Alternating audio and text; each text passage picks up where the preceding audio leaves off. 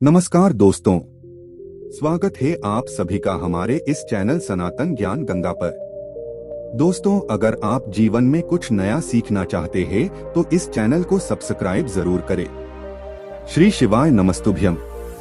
हर हर महादेव। दोस्तों, आप सभी जानते हैं कि गुप्त नवरात्रि के बहुत ही विशेष दिन चल रहे हैं और इन दिनों में आपको कल पूज्य जी द्वारा बताया गया सिर्फ एक बेलपत्री से ऐसा उपाय करना है जो आपके जीवन के लिए बहुत ही उपयोगी साबित होने वाला है। ये उपाय व्यापारी भी कर सकते हैं, नौकरी करने वाले भी कर सकते हैं और जिनके घर में लड़ाई झगड़ा बहुत होता है, जिनके घर में ग्रह क्लेश बहुत ज्यादा होती है, वो भी कर सकते हैं। अगर आप अपनी पढ़ाई के लिए, सरकारी नौकरी को प्राप्त करने के लिए या फिर अपने व्यापार को बढ़ाने के लिए या फिर अपने घर में धन, संपत्ति, वैभव, संपदा इन सभी की प्राप्ति करने के लिए ये उपाय करना चाहते हैं तो आपको गुप्त नवरात्रि की इन विशेष दिनों में से कल के दिन ये उपाय जरूर करना चाहिए। तो चलिए जानते हैं क्या है वो उपाय। लेकिन उससे पहले प्रार्थना, अगर आप चैनल पर नए हैं तो कृपया चैनल को सब्सक्राइब अवश्य कर लें। देखिए, पूज्य गुरु जी अपनी पूर्व की शिव महापुराण की कथा में बता चुके हैं कि बेलपत्र का वृक्ष माता पार्वती के आंसुओं से उत्पन्न हुआ है। इसलिए इस वृक्ष की पत्तियों के द्वारा किया गया कोई भी उपाय महादेव को बहुत ही प्रिय होता है और ये उपाय नवरात्रि के दिनों में अगर किए जाएं तो ये हमें एक साथ महादेव तथा माता रानी दोनों की कृपा प्राप्त होती है। आज इस वीडियो में हम पूज्य जी द्वारा बताया गया दो ऐसे विशेष उपायों की बात करेंगे जो आपको महादेव की कृपा तो प्राप्त कराएंगे ही और साथ ही साथ इस नवरात्रि में माता रानी की भी कृपा प्राप्त करवाएंगे। तो चलिए जानते हैं पहले उपाय के बारे में। दोस्तों, इस उपाय के लिए सबसे पहले आपको जरूरत पड़ेगी एक पत्र की, बेलपत्र। आप सभी जानते हैं कि कहीं से भी कटी फटी नहीं होनी चाहिए और बेलपत्र की डंडी के आखिर में जो दूठ होती है यानी जो डंठल होता है, बेलपत्र की डंडी के आखिर में जो गांठ होती है वो भी नहीं होनी चाहिए, उसको भी हटा देंगे। पूज्य गुरुजी तो यहाँ तक भी कहते हैं कि अगर आपके पास बेलपत्र नहीं है तो आप शिवालय जाकर शिवलिंग के ऊपर चढ़ी हुई बेलपत्र को उठाकर जल से शुद्ध करके फिर उसका इस्तेमाल भी आप कर सकते हैं। अब यह एक बेल पत्र लेने के बाद आपको चावल के कुछ दाने ले लेने हैं। चावल के कुछ दाने चाहे तो आप 11 दाने ले लें या 7 दाने ले लें या 21 दाने ले लें, जितने भी आप ले सकते हैं उतने आप अपने सामर्थ्य के अनुसार ले लें। लेकिन आपको ध्यान रखना है कि चावल के दानों में से कोई भी दाना खंडित नहीं होना चाहिए, टूटा हुआ नहीं होना चाहिए, क्योंकि महादेव में हम लोग कोई भी सामग्री खंडित समर्पित नहीं करते हैं।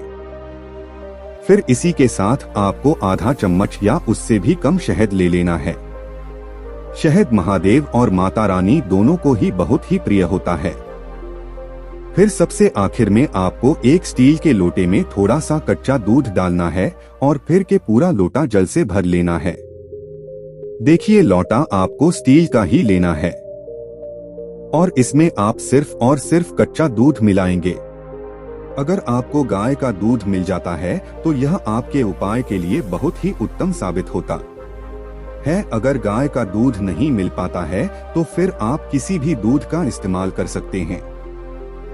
बस आपको ध्यान रखना है कि दूध कच्चा होना चाहिए और इस लोटे में जल आप अपने किचन से ही लेंगे। आपके किचन में बाल्टी, मटका या आरओ जो भी लगा हुआ है वहीं से आपको एक लोटा जल भर लेना है। अब ये सारी सामग्री लेकर आपको पहुंच जाना शिवालय।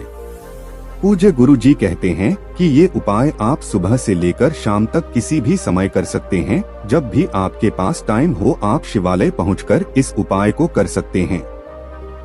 शिवालय पहुंचकर सबसे पहले आप दक्षिण दिशा में बैठ जाइए और उत्तर दिशा की तरफ अपना फेस कर लीजिए, यानी अपना मुख कर लीजिए। लेकिन अगर शिवालय में भीड़ है तो पूज्य गुरुजी कहते हैं कि शिव महापुराण की कथा कहती है कि आप किसी की दिशा में बैठकर शिवलिंग की पूजा प्रार्थना कर सकते हैं। अब देखिए, सबसे पहले आप जो चावल के कुछ दाने लेकर आए हैं उन चावल के दानों को एक एक करके इस एक लोटा जल में आपको डालते जाना है। श्री शिवाय नमस्तुभ्यम मंत्र का स्मरण करिए और एक चावल के दाने इस एक लोटा जल में डालते जाइए। अगर आप 11 चावल के दाने लेकर आए हैं तो 11 बार मंत्र का स्मरण करते हुए यह चावल के दाने इस 1 लोटा जल में डाल दीजिए। फिर उसके बाद ये जल आपको शिवलिंग के ऊपर धीरे धीरे समर्पित करते जाना है और समर्पित करते समय आपको शिव महापुराण के मूल मंत्र श्री शिवाय नमस्तुभ्यम का लगातार स्मरण करते जाना है। गुरुजी ने कहा कि जल आपको इतने धीरे समर्पित करना है कि जल समर्पित करते करते आप कम से कम 11 बार श्री शिवाय नमस्तुभ्यम मंत्र का जाप जरूर कर लें।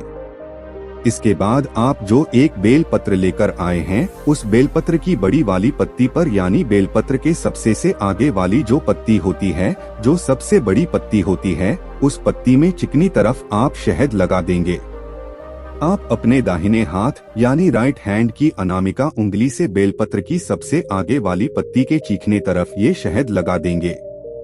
फिर ये बेलपत्र आपको अपने दाहिने हाथ में रखना है और अपने जीवन में जो भी समस्या चल रही है, अगर आपके व्यापार में समस्या चल रही है या फिर आप सरकारी नौकरी की तैयारी कई नहीं दिनों से कई वर्षों से कर रहे हैं, लेकिन आपकी मेहनत करने के बावजूद भी आपको नौकरी प्राप्त नहीं हो पा रही है, आपकी मेहनत करने के बावजूद भी आपके व्यापार में तरक्की नहीं हो रही है, आप कई प्रयास कर चुके हैं धन कमाने के, लेकिन आपको धन नहीं प्राप्त हो पा रहा है, या फिर आपके घर में झगड़े बहुत होते हैं, घर में शांति नहीं है, तो गुरु जी ने कहा कि आपके जीवन में अगर किसी भी प्रकार की समस्या चल रही है तो आपको उस समस्या का स्मरण करना है और महादेव से तथा माता रानी से उस समस्या को दूर करने के लिए प्रार्थना करते हुए ये एक बेलपत्र आपको शिवलिंग के ऊपर समर्पित कर देनी है। लेकिन ध्यान रखना है, बेलपत्र की चिकनी साइड का हिस्सा शिवलिंग में स्पर्श करेगा और बेलपत्र की डंडी का हिस्सा जलाधारी की तरफ रहेगा। गुरुजी ने कहा कि नवरात्रि के इन पवित्र दिनों में अगर आप महादेव के सामने ये उपाय करते हैं तो यकीन मानिए आपके जीवन की इन सभी समस्याओं में आपको राहत मिलना शुरू हो जाएगा। उसके बाद बात करते हैं पूज्य गुरुजी द्वारा बताए गए दूसरे खास उपाय की। देखिए, ये उपाय बहुत ही छोटा है, बहुत ही आसान है और ये उपाय आपके जीवन से धन की समस्या को दूर करने के लिए है। अगर आपको रुपए पैसों की प्राप्ति नहीं हो पा रही है या फिर रुपए पैसे आते हैं तो खर्च हो जाते हैं, धन रुकता नहीं, अध्ययन आपके जीवन में ठहर नहीं रहा है, तो आपको माता रानी का ये सुंदर सा उपाय महादेव के सामने जरूर करना चाहिए। इस उपाय के लिए आपको सिर्फ एक कमल के फूल की जरूरत पड़ेगी। अगर आपके पास कमल का फूल नहीं है तो फिर आप कमल गट्टे का उपयोग कर सकते हैं। कमल गट्टा आपको किसी की पंसारी वाली दुकान से बहुत ही आसानी से मिल जाएगा और आपको सिर्फ एक कमल गट्टे की जरूरत पड़ेगी और इसी के साथ आपको 1 लोटा जल ले लेना है। जल तांबे के पात्र में ले लेंगे। अब ये सारी सामग्री लेकर आपको पहुंच जाना है शिवालय। शिवालय पहुंचकर अगर आप एक कमल का फूल लेकर आए हैं तो वो इस जल में डाल दीजिए और अगर आप एक कमल गट्टा लेकर आए हैं तो वो इस जल में डाल दीजिए। दोनों में से जो भी आप लेकर आए हैं इस जल में डालने के बाद फिर ये जल आपको शिवलिंग के ऊपर धीरे धीरे समर्पित करते जाना है और समर्पित करते समय आप लगातार शिव महापुराण के मूल मंत्र श्री शिवाय नमस्तुभ्यम का स्मरण करते जाएंगे।